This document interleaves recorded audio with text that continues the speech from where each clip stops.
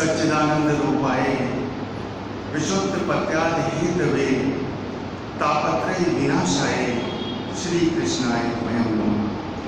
वो ईश्वर जो सत्य चित्त आनंद स्वरूप है, वो परमेश्वर जो सृष्टि को बनाने वाला, चलाने वाला और मिटाने वाला है, जो हमें हमारे दैविक और भौतिक तापों से बचाने वाला है, उन पारब्रह्म परमेश्वर जगत पिता ईश्वर के चरणारविंद में नमन करते हुए उनकी दी हुई वाणी, उनकी दी हुई बुद्धि और उन्हीं के दिए हुए विवेक से आज का विचार प्रस्तुत करने से पूर्व उपस्थित संगत को मेरा प्रणाम, सभी को सादर।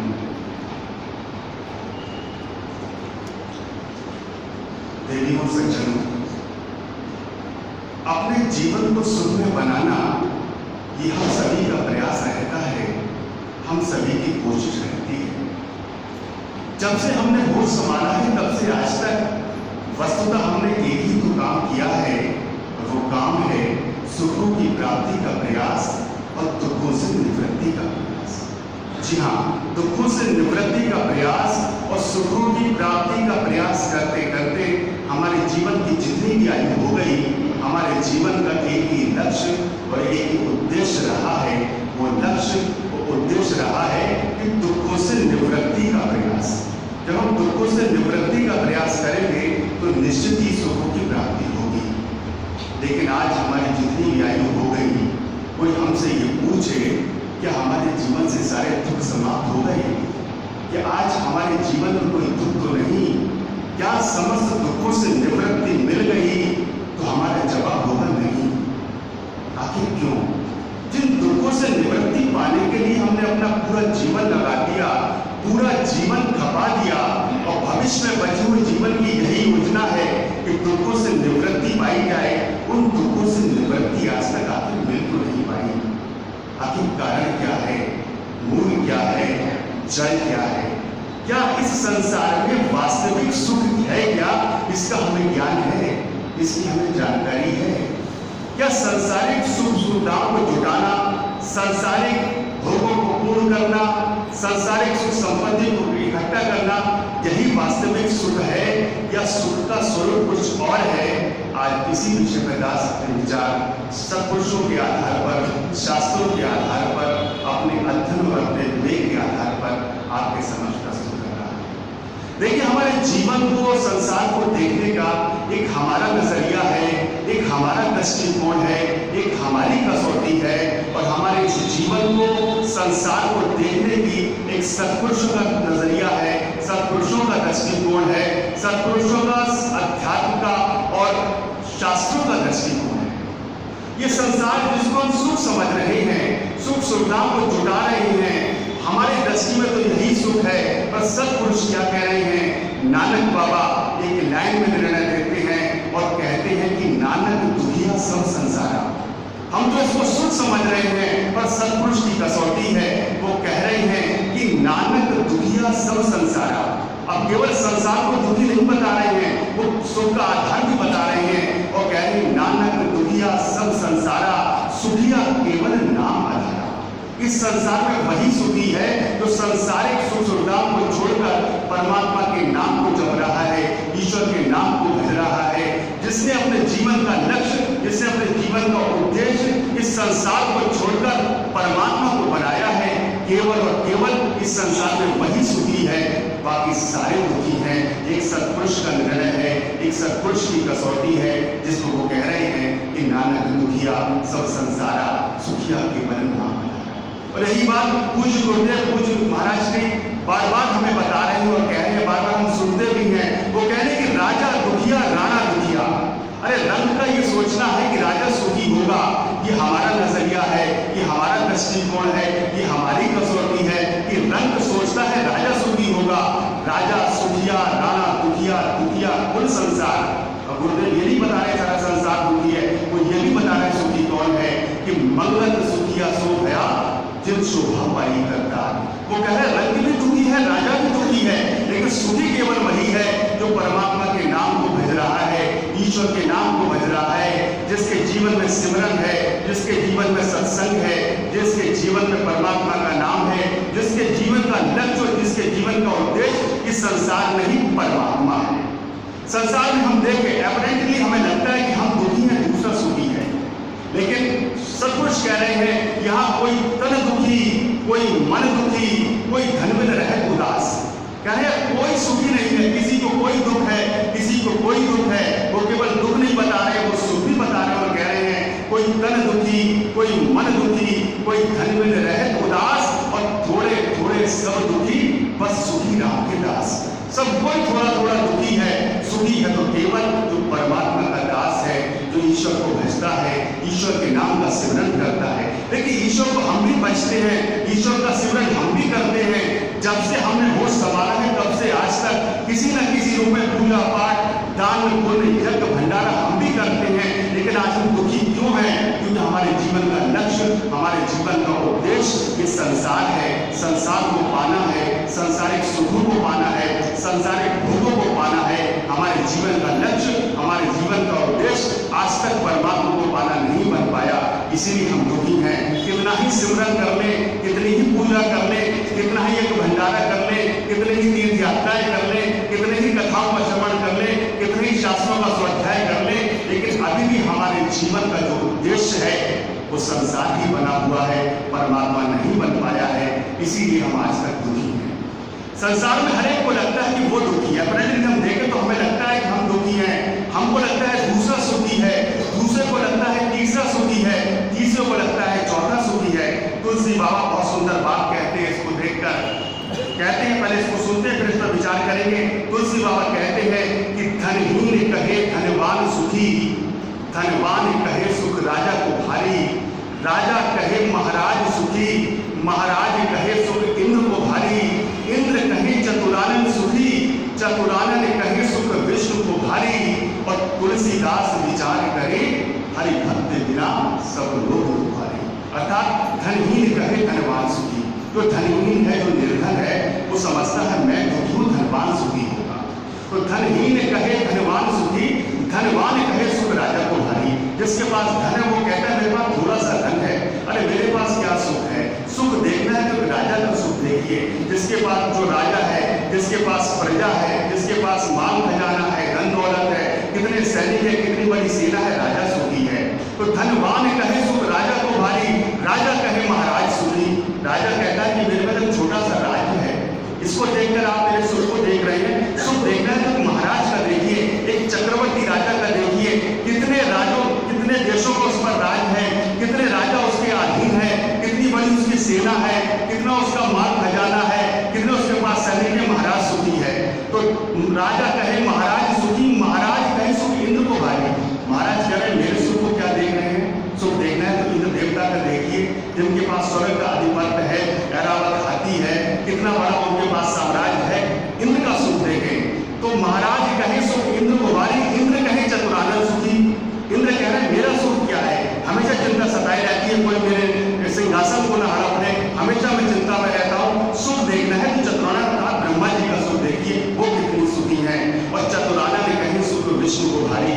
भगवान ब्रह्मा कहते हैं अरे मेरा क्या सुख है, पूरी सृष्टि का निर्माण करना है, कितनी चिंता सताए रहती है। सुख देखना है तो भगवान विष्णु का देखिए, मस्ती से क्षीर सागर पर लेटे हैं, माता लक्ष्मण के चरण दबा रहे हैं, वो सबसे ज्यादा सुखी है। तो ये हमारा दृष्टिकोण है जो तुलसीदास जी कहते हैं कि धनहीन कहे धनवान सुखी, धनवान कहे सुख राजा को भारी, राजा कहे महाराज सुखी, महाराज कहे सुख इंद्र को भारी, इंद्र कहे चतुरानन सुखी, चतुरानन कहे सुख विष्णु को भारी। और तुलसीदास विचार करें, अल्टीमेट एक सत्पुरुष का निर्णय, एक सत्पुरुष का दृष्टिकोण, सत्पुरुष की कसौटी, कि तुलसीदास विचार करे हरि भक्ति बिना सब लोग दुखारी। जिसके पास हरि की भक्ति नहीं है, जीवन में सिमरन नहीं है, सत्संग नहीं है, प्रभु का नाम नहीं है, उस सारे ही लोग दुखी हैं। चाहे कितना ही धनवान है, कितना ही मालामाल है, संसार की कितनी ही दौलत है, कितनी ही संपत्ति है, सत्पुरुष के निर्णय यही है। संत कबीर कह रहे हैं कि कबीरा सब जग निर्धना, धनवंता नहीं कोई। देखिए सत्पुरुष की कसौटी, वो कह रहे कि कबीरा सब जग निर्धना, धनवंता नहीं कोई, और धनवंता स्वयं मानिए, जापे राम नाम धन होए। सत्पुरुष कह रहे संसार का कितना ही बड़ा मालामाल है, पर सत्पुरुष शास्त्र अध्यात्म की दृष्टि में वो बहुत बड़ा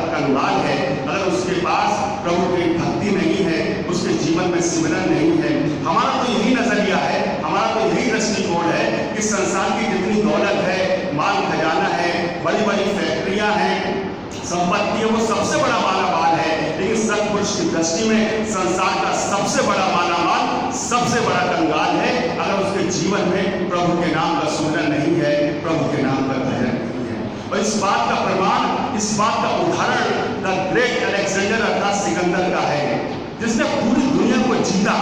पूरी दुनिया के जीतने के बाद जब उसका अंतिम समय आया, जब उसे अपनी गलतियों का एहसास हुआ, तब उसने अपने शागिर्दों को बुलाया और हदायत दी कि जब मेरा इंतकाल हो जाए, मेरा जनाजा निकाला जाए, तो मेरे दोनों हाथ जनाजे से बाहर कर दिए जाएं, ताकि पूरी दुनिया वाले ये देखें कि पूरी दुनिया को जीतने वाला सिकंदर आज मालामाल नहीं, कंगाल होकर जा रहा है, इस दुनिया को छोड़कर जा रहा है। उसके दोनों हाथ खाली हैं, वो टूटी कौड़ी भी लेकर नहीं जा रहा है।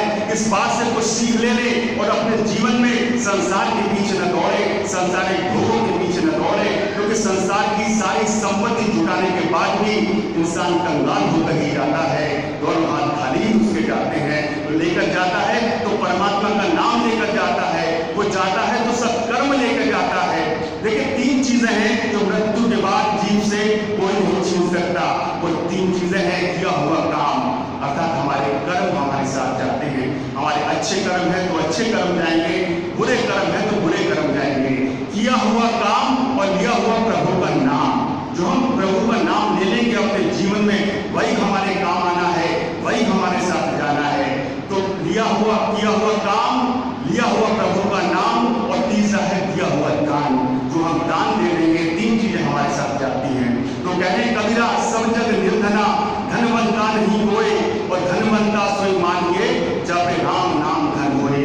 एक भक्ति रचना की पंक्तियां दास पहले भी आपकी सेवा में प्रस्तुत कर चुका है, बहुत सुंदर पंक्तियां हैं, हमें इंस्पायर करती हैं। और कह रहे हैं कि माया के दीवानों सुन लो, एक दिन ऐसा आएगा, धन दौलत और माल खजाना सब यहीं पड़ा रह जाएगा।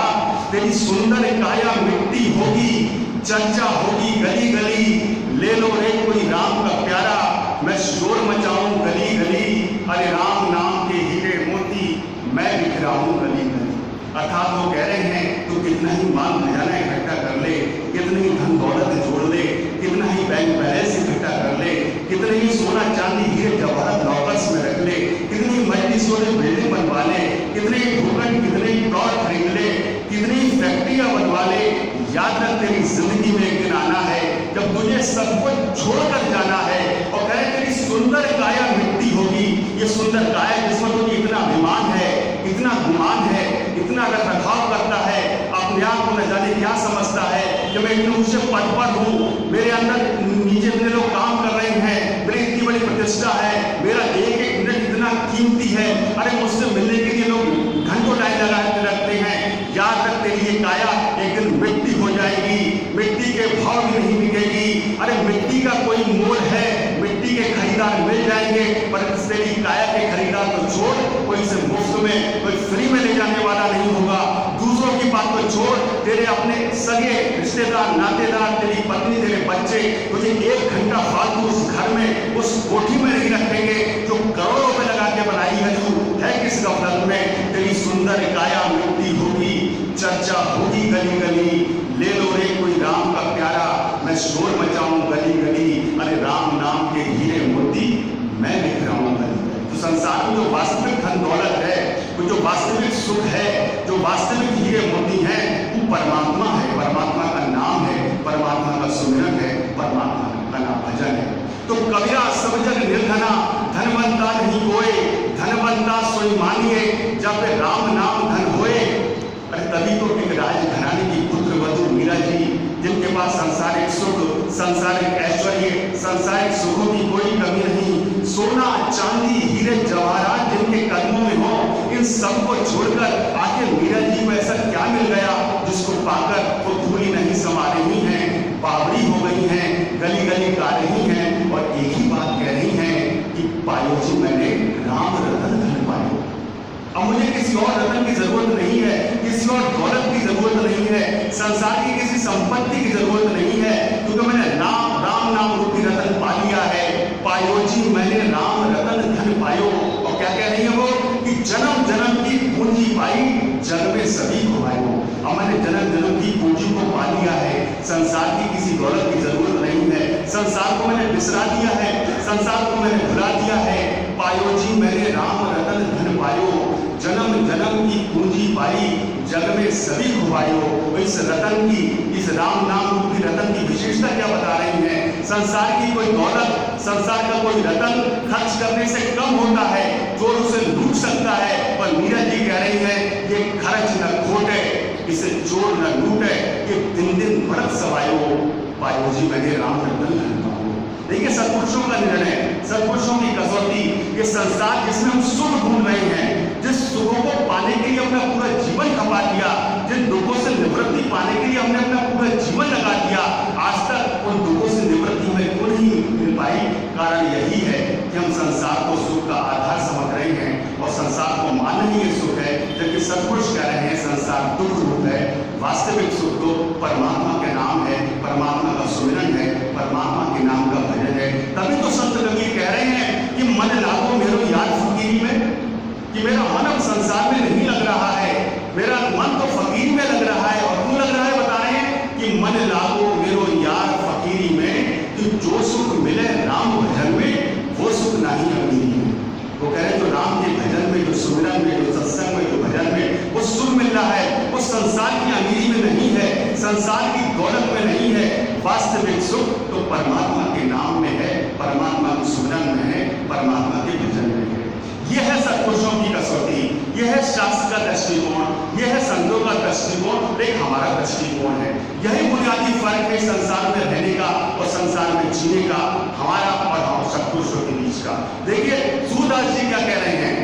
कह रहे हैं कि प्रभु मेरो मन अनंत कहाँ सुख पावे, आपको छोड़कर मेरे मन को संसार में कहीं सुख नहीं मिल रहा। कह रहे हैं मेरो मन अनंत कहाँ सुख पावे। उदाहरण क्या दे रहे हैं? जैसे उड़ जहाज को पंछी उन्हीं जहाज पर आ गए। एक विशाल सागर में चलते हुए जहाज पर बैठा हुआ पंछी ये सोचता है चलो इस जहाज से उड़कर कहीं और अपना आश्रय बनाता हूँ, कहीं और आश्रय लेता हूँ, कहीं अपना और घोंसला बनाता हूँ। वो जहाज से उड़कर तो जाता है, पर चारों ओर विशाल सागर, विशाल जल नजर आता है, वो घबरा जाता है और पुनः उस जहाज पर आकर बैठ जाता है।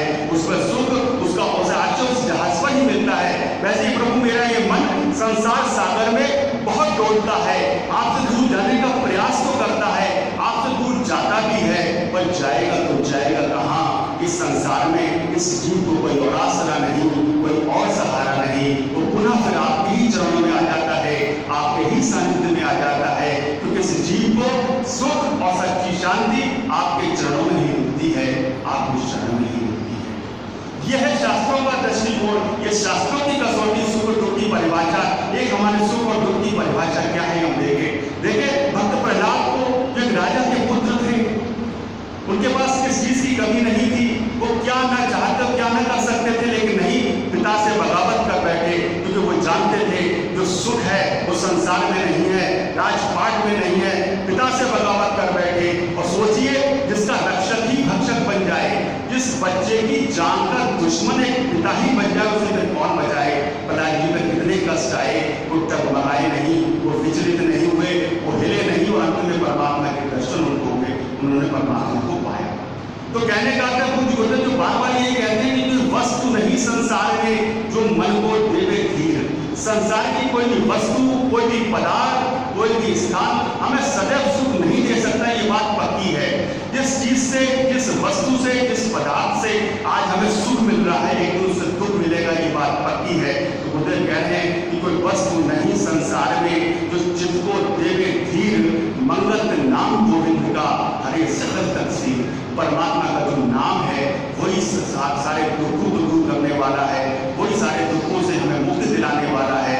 वास्तविक सुख का सार, वास्तविक सुख का जो सागर है वो परमात्मा है, ईश्वर है।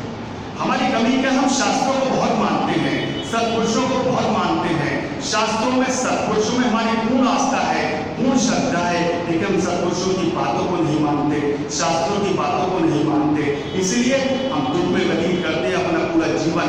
जितना भी जीवन हमने आज तक बिताया है, हम देखें तो सुख तो मिले, जीवन में सुख तो आए, लेकिन दुख समाप्त नहीं हुआ। उसका मूल कारण यही है कि हम संसार को सुख समझते हैं, जबकि क्योंकि शास्त्र, सत्पुरुष और अध्यात्म ये बता रहे हैं कि संसार में सुख नहीं है, सुख तो परमात्मा के नाम में है। तो जो सुख स्थिर ना रहे वो तो दुख का रूप, ऐसे घने कलेश से कैसे पावही छूट। तो सुख स्थिर कभी रहने वाला नहीं है।